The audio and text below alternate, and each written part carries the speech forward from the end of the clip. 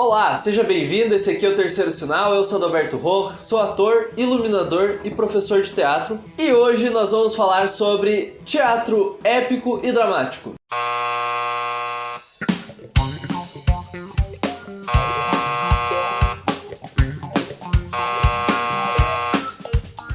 Primeiramente, então, muitas pessoas às vezes acham que o teatro é dividido, digamos, só entre comédia e drama ou coisas assim, mas na história do teatro ocidental, primeira divisão que teve, ou que se tem, né, reconhecimento histórico, assim, de que foi dividido para teorizar e para estudar sobre, foi Aristóteles, que definiu na Poética dele, num texto chamado A Poética, que ele ali ia estudar e exemplificar sobre a poética, sobre os textos poéticos, que eram o que na Grécia lá da época dele?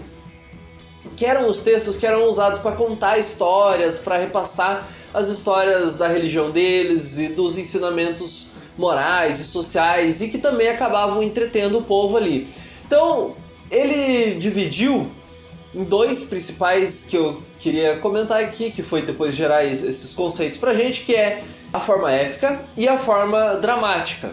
A forma dramática seria toda forma de ação, de que está contando no texto escrito ações, descrevendo ações, ou mesmo que através de diálogos isso vai se desenrolar em alguma ação. E aí, essa ação, ela vai ser uma ação que vai movimentar para outra, mas que tudo faz parte de uma ação pequena, de certa forma, de uma história pequena, que tem uma unidade, assim. No caso, tanto a tragédia quanto a comédia são gêneros dramáticos, são gêneros que contam uma ação, que contam uma história acontecendo, uma fábula, e que tem uma ação principal. Por exemplo, se é o Édipo, qual que é a ação? O que acontece?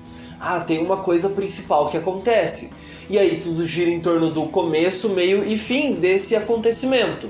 Se você for ver uma comédia, vai ter lá um começo, meio e fim, mas é sobre um acontecimento meio que principal, assim, que é a ação que diz. E aí a tragédia, o Aristóteles, ele vai dizer que é a melhor dos gêneros, o melhor dos textos possíveis, porque ele é mais completo, porque na época lá a tragédia ela juntava a música, juntava a métrica, né? Juntava o texto, a parte escrita ali com as histórias, com o corpo, com a dança, com o visual, meio que juntava tudo para causar catarse no espectador, para passar as informações que precisava. Então a tragédia era o suprassumo do negócio para ele. Era melhor do que a comédia, também porque a tragédia ela falava sobre, né, o ideal, o homem ideal lá, o lado bom do ser humano, de certa forma, sobre coisas boas para o ser humano, e a comédia ia falar sobre as falhas do ser humano. Então, no caso, por isso a comédia seria um pouco pior. Mas aí tem também lá para Aristóteles a forma épica de contar uma história, que seria o quê? Quando você tem uma narração, basicamente dessa história, como a Ilíada, onde você vai narrando os feitos de alguém, que você vai, assim, em vez de você ter a pessoa dialogando com o outro, e esse diálogo desencadeia uma ação. Então, se o Édipo e o Tiresias conversam, o diálogo deles, nesse diálogo, um vai interrogar, por exemplo, uma coisa para o outro, e o outro vai responder essa pergunta, essa indagação, e vai, então, resolver uma dúvida do Édipo. Então tá acontecendo uma ação, um tá questionando o outro, e o outro tá esclarecendo alguma coisa. Então, a partir daquela conversa, Édipo ficou sabendo que era ele o escolhido, sei lá. Tô misturando algumas coisas aqui. Mas, enfim, a partir de um diálogo demonstra uma ação, né? Ou Romeu e Julieta, quando um tá conversando com o outro, ali naquela conversa, o que tá acontecendo? Um tá se declarando para o outro, não uma simples conversa, não só um diálogo normal, né? Aleatório. Então tem uma ação desencadeando ali, e depois disso vai aconteceu uma coisa por causa daquilo e tudo tá dentro de uma história principal. Na forma épica, essa narração vai falar sobre os diálogos dos outros, de grandes feitos dos outros, vai estar sempre comentando, como assim, na Ilíada lá, o que o Homero contava, se eu tô contando o que aconteceu com o fulano. Pra gente entender legal também, a forma dramática hoje em dia, né, meio que evoluiu pro teatro depois do Shakespeare e pro teatro contemporâneo que a gente conhece, aonde a ação vai acontecendo e muitas vezes no texto que você vai ler só tem a ação acontecendo ou só tem o diálogo, não tem uma rubrica, e tudo vai acontecendo ali na frente do espectador mesmo, né? E aí esse teatro moderno, teatro contemporâneo, que parte desse lugar assim das coisas acontecendo, da ação como principal condutor, tanto a comédia, o drama moderno, né, a partir de drama burguês lá, vão ser tudo filhos, digamos assim, derivados dessa linguagem de drama, né, dessa linguagem dramática, que era a tragédia e a comédia lá do Aristóteles. E a forma épica das grandes histórias lá do Homero, lá da Ilíada, foi se tornar, para hoje em dia, né, digamos assim, uma referência pra gente de como evoluiu, digamos assim, o teatro do Brecht, como uma forma épica, onde você meio que narra, né, você mostra o que aconteceu com um certo distanciamento e põe para reflexão e para questionamento as ações que aconteceram. Então, por exemplo, um diálogo não é só um diálogo onde, né, nos textos do Brecht, nas montagens do Brecht, um diálogo não é só um diálogo onde uma ação simples está acontecendo.